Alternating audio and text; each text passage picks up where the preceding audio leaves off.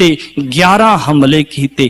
ਉਹਦਾ ਜਿਹੜਾ ਪਹਿਲਾ ਹਮਲਾ ਸੀ ਹਿੰਦੁਸਤਾਨ ਤੇ ਉਹ ਕਮਰਦੀਨ ਦੇ ਨਾਲ ਟੱਕਰ ਹੋਈ ਸਰਹੰਦ ਦੇ ਕੋਲ ਮੰਨੂ ਪਿੰਡ ਦੇ ਕੋਲ, ਜਿੱਥੋਂ ਅਹਿਮਦ ਸ਼ਾਹ ਹਾਰ ਗਿਆ ਤੇ ਕਮਰਦੀਨ ਦਾ ਲੜਕਾ ਜਿਹੜਾ ਸੀ ਉਹ ਲਾਹੌਰ ਦਾ ਸੂਬੇਦਾਰ ਬਣ ਗਿਆ। ਉਹਦਾ ਨਾਮ ਬਣ ਗਿਆ ਮੀਰ ਮੰਨੂ।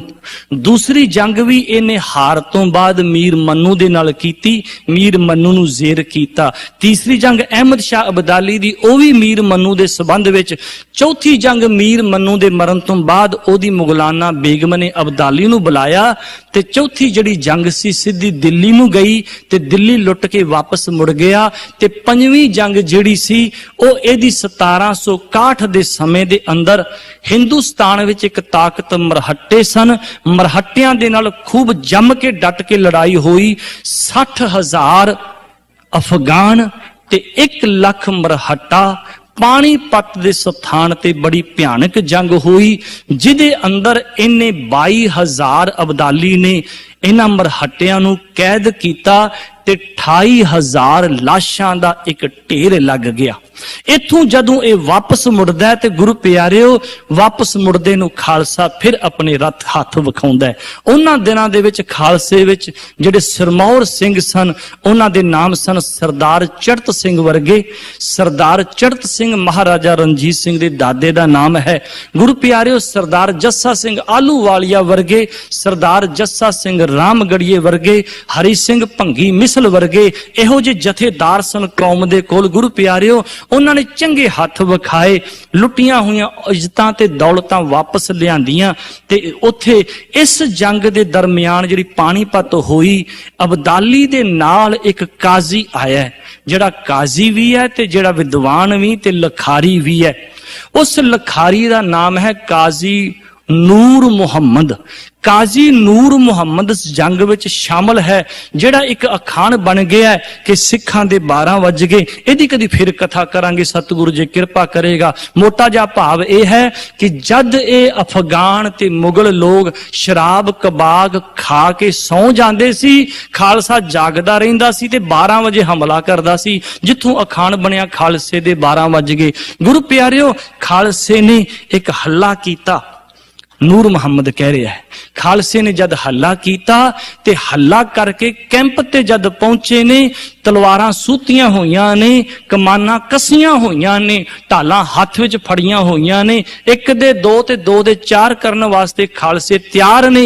ਬਸ ਜਦ ਜ਼ੋਰ ਲਾ ਕੇ ਉੱਥੇ ਪਹੁੰਚੇ ਕੈਂਪ ਦੇ ਵਿੱਚ, ਤੰਬੂਆਂ ਦੇ ਕੋਲ, ਤੇ ਉੱਥੇ ਪਤਾ ਲੱਗਾ ਕਿ ਇਹਨਾਂ ਤੰਬੂਆਂ ਦੇ ਵਿੱਚ ਨਾ ਅਫਗਾਨੀ ਰਹਿੰਦਾ, ਨਾ ਅਫਗਾਨੀ ਦਾ ਕੋਈ ਸਰਦਾਰ ਰਹਿੰਦਾ, ਨਾ ਹੀ ਇੱਥੇ ਕੋਈ ਸਿਪਾਹੀ ਜਾਂ ਫੌਜ ਰਹਿੰਦੀ ਹੈ। ਇਹਨਾਂ ਤੰਬੂਆਂ ਦੇ ਵਿੱਚ ਅਫਗਾਨੀਆਂ ਦੀਆਂ ਇੱਜ਼ਤਾਂ ਰਹਿੰਦੀਆਂ ਨੇ, ਇਹਨਾਂ ਵਿੱਚ ਉਹਨਾਂ ਦੀਆਂ ਧੀਆਂ ਭੈਣਾਂ ਨੇ, ਇਹਨਾਂ ਵਿੱਚ ਉਹਨਾਂ ਦੀਆਂ ਬੇਗਮਾਂ ਨੇ, ਉਹਨਾਂ ਵਿੱਚ ਉਹਨਾਂ ਦੀਆਂ ਰਾਣੀਆਂ ਨੇ। ਗੁਰੂ ਪਿਆਰਿਓ, ਖਾਲਸਾ ਉੱਥੇ ਪਹੁੰਚਿਆ ਜਦ ਇਹ ਪਤਾ ਲੱਗਾ ਤੇ ਉਸੇ ਵੇਲੇ ਕੱਢੀਆਂ ਹੋਈਆਂ ਤਲਵਾਰਾਂ ਸ੍ਰੀ ਸਾਹਿਬਾਂ ਮੁੜ ਮਿਆਨ ਦੇ ਵਿੱਚ ਪਾ ਲਈਆਂ ਤੇ ਮਿਆਨ ਵਿੱਚ ਪਾ ਕੇ ਜਕਾਰਾ ਗਜਾਂਦਾ ਹੋਇਆ ਖਾਲਸਾ ਖਾਲੀ ਹੱਥੀ ਜਦ ਵਾਪਸ ਆ ਗਿਆ ਤੇ ਉਸ ਕਾਜ਼ੀ ਨੂਰ ਮੁਹੰਮਦ ਨੇ ਇੱਕ ਗ੍ਰੰਥ ਲਿਖਿਆ ਜਿਹਦਾ ਨਾਮ ਹੈ ਜੰਗਨਾਮਾ। ਉਸ ਜੰਗਨਾਮੇ ਦੇ ਅੰਦਰ ਉਸ ਕਾਰਨਾਮੇ ਦਾ ਜ਼ਿਕਰ ਕਰਦਾ। ਖਿਆਲ ਰੱਖਣਾ, ਜਦ ਸਿੱਖ ਦਾ ਨਾਮ ਲਿਖਣਾ ਹੁੰਦਾ ਆਪਣੇ ਗ੍ਰੰਥ ਵਿੱਚ ਨਾ, ਉਹ ਸਿੱਖ ਨੂੰ ਸੱਗ ਕਹਿੰਦੇ ਗ੍ਰੰਥ ਦੇ ਅੰਦਰ, ਤੇ ਸੱਗ ਦਾ ਅਰਥ ਹੁੰਦਾ ਹੈ ਕੁੱਤਾ। ਸਿੱਖ ਨੂੰ ਕੁੱਤੇ ਸ਼ਬਦ ਨਾਲ ਸੰਬੋਧਨ ਕਰਦਾ ਜਦ ਵੀ ਉਹ ਲਿਖਦਾ। ਤੇ ਜਦ ਸਿੱਖਾਂ ਦੇ ਇਸ ਆਚਰ ਨੂੰ ਵੇਖਿਆ ਤੇ ਫਿਰ ਲਿਖਦਾ ਹੈ ਕਿ ਇਹ ਦੁਨੀਆ ਦੇ ਲੋਕੋ, ਜਿਨ੍ਹਾਂ ਨੂੰ ਮੈਂ ਸਗਾਂ ਦੀ ਕੌਮ ਦੁਸ਼ਟ ਲੋਕ ਕਾਫਰ ਆਖ ਰਿਹਾ, ਸੱਚ ਇਹ ਹੈ ਕਿ ਇਹਨਾਂ ਸਿੱਖਾਂ ਦਾ ਆਚਰਣ ਇੰਨਾ ਕੁ ਉੱਚਾ ਹੈ, ਮੈਂ ਅੱਖਾਂ ਨਾਲ ਵੇਖਿਆ। ਧੀ ਭਾਵੇਂ ਦੁਸ਼ਮਣ ਦੀ ਹੋਵੇ, ਭਾਵੇਂ ਬਗਾਨੀ ਹੋਵੇ, ਚਾਹੇ ਕਿਸੇ ਦੀ ਹੋਵੇ, ਕਿਸੇ ਦੀ ਧੀ ਨੂੰ ਇਹ ਆਪਣੀ ਧੀ ਸਮਝਦੇ ਨੇ, ਕਿਸੇ ਦੀ ਜਨਾਨੀ ਨੂੰ ਆਪਣੀ ਭੈਣ ਸਮਝਦੇ ਨੇ, ਕਿਸੇ ਦੀ ਮਾਂ ਨੂੰ ਇਹ ਆਪਣੀ ਮਾਂ ਸਮਝਦੇ ਨੇ। ਇਹਨਾਂ ਦਾ ਕਿਰਦਾਰ ਸਿੱਖਾਂ ਦਾ ਇੰਨਾ ਕੁ ਉੱਚਾ ਹੈ ਕਿ ਮੈਂ ਵੇਖਿਆ ਰਾਣੀਆਂ ਬੇਗਮਾਂ ਦੇ ਗਲਾਂ ਵਿੱਚ ਇੰਨੇ ਗਹਿਣੇ ਪਾਏ ਸਨ, ਕਿਸੇ ਇੱਕ ਸਿੱਖ ਨੇ ਵੀ ਕਿਸੇ ਬੇਗਮ ਦੇ ਕਿਸੇ ਗਹਿਣੇ ਨੂੰ ਹੱਥ ਨਹੀਂ ਲਾਇਆ। ਉਹ ਫਿਰ ਅੱਗੇ ਲਿਖਦਾ ਹੈ ਕਿ ਜਨਾਨੀ ਭਾਵੇਂ चंन वर्गी सोहनी होवे पर सिख ओनू अपनी मां भैन वांगू प्यार ते सत्कार देंदा है।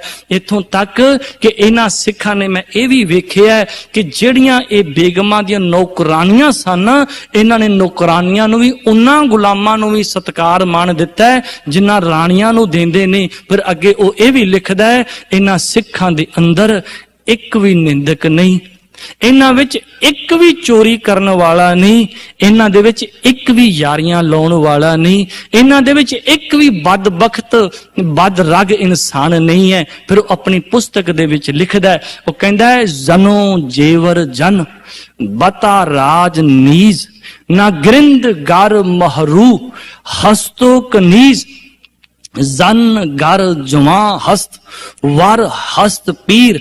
कहंदा जनानी भावें बुजुर्ग होवे, जनानी भावें ओ जवान होवे, बुगोइंद बुढ़िया, ये बुढ़िया कह के मां कह के बोलदे। बुगोइंद दा अर्थ ना दुजदी बवद कारे ई बद रगा। कहंदा सग रा मगो सग के हस्तंद शेर। वो कहंदा इन्हां कुत्तियां नूं कुत्ते ना आखो, ये ते शेरां वर्गे ने, कदे माड़ा शब्द सग ना इन्हां नूं आखो, ये ते शेरां वर्गे ने। अगर इन्हां नूं वेखना होवे ते फिर मैदाने जंग विच वेखना चाहिदा है कि तलवार मैदाने जंग विच किवें वाहुंदे ने ते धी भैण दा सत्कार किवें करदे ने। कहंदा सग रा मगो सग के हस्तंद शेर ब मैदाने मर्दां जो शेरां दलेर। गुरु प्यारे सिखां दे करैक्टर दी, सिखां दे आचरण दी ओ दाद भरदा पिया है कि सिख इसे करके ही नहीं मुकदे। फिर अगे एक थां ते होर लिखदा पिया है। गुरु प्यारे साडा इतिहास किड्डा बेमिसाल है। लिखदा लिखदा कहंदा है कि जद एक सग, एक खालसा, एक सिख एक अफगान दे नाल जंग करदा है, जद जंग करदा है, जंग करदियां करदियां जे सामने किसी अफगान दे सिर तो ओदी पग लथ जांदी है ते ये जिहड़े सिख ने ना लथी पग तो बाद ओदे उत्ते वार नहीं करदे, अपनी तलवार खिच लैंदे ने ते कहंदे ने भलिया पहला अपनी दस्तार अपनी पग सिर ते इज्जत धर, मैं तेरे नाल दो हथ करन वास्ते आया, मैं तेरे नाल तेरी इज्जत उछालन वास्ते इत्थे नहीं आया। मैं फिर थोड़ा जिहा जिक्र करा उस जकरिया खान ते नादर खान दा। जद नादर खान गल्लां करदा करदा हैरान हो गया ना ते फिर वो पुछदा है, जकरिया खान फिर एक बारी दसदा है, कहंदा जिथे विच इन्हां च इन्नियां सिफतां ने उत्थे इन्हां च एक होर सिफत बड़ी कमाल दी है। एक सिख कई दिनां दा भुखा भाना होवे, कई दिनां दे भुखे होण तो बाद ओनू दो रोटियां किधरों मिल जाण ते रोटियां रख के ओ सिख जंगल दे विच उच्ची सारी आवाज मारेगा ते आवाज मार के आखेगा, ओ दुनिया दे लोको ए गुरु का लंगर तैयार है। वाहिगुरु जी, दुनिया दे लोको ए गुरु का लंगर तैयार है। जिस किसी को भुख लगी है वह गुरु का लंगर आके छक सकता है। रतन सिंह भंगू लिखते ने सिखां दे किरदार बारे जो जकरिया खान कह रहा है, वो कह रहा है देत आवाज भुखा कोई आओ देग तैयार गुर होई, गुरु का लंगर तैयार होया है। ते उस वेले नादर शाह कहंदा है वो गल सुन, आवाज सुन के जे कोई भुखा भाना इन्हां दा दुश्मन उस थां ते मारन वाला आ जावे रोटी खाण वास्ते ते फिर ये किहो जिहा सलूक करदे ने। ते जकरिया खान फिर कहंदा उस समय वैरी किम आवे, जिस वेले खालसा दो रोटियां मिलन तो बाद कहंदा कि गुरु का लंगर तैयार हो गया है। जे दुश्मन भी आ गया ना उस दुश्मन नू ए परम मित्र तो वध सत्कार करके पहला वो भोजन खवांदे ने। उस समय वैरी किम आवे परम मीत समताही छकावे।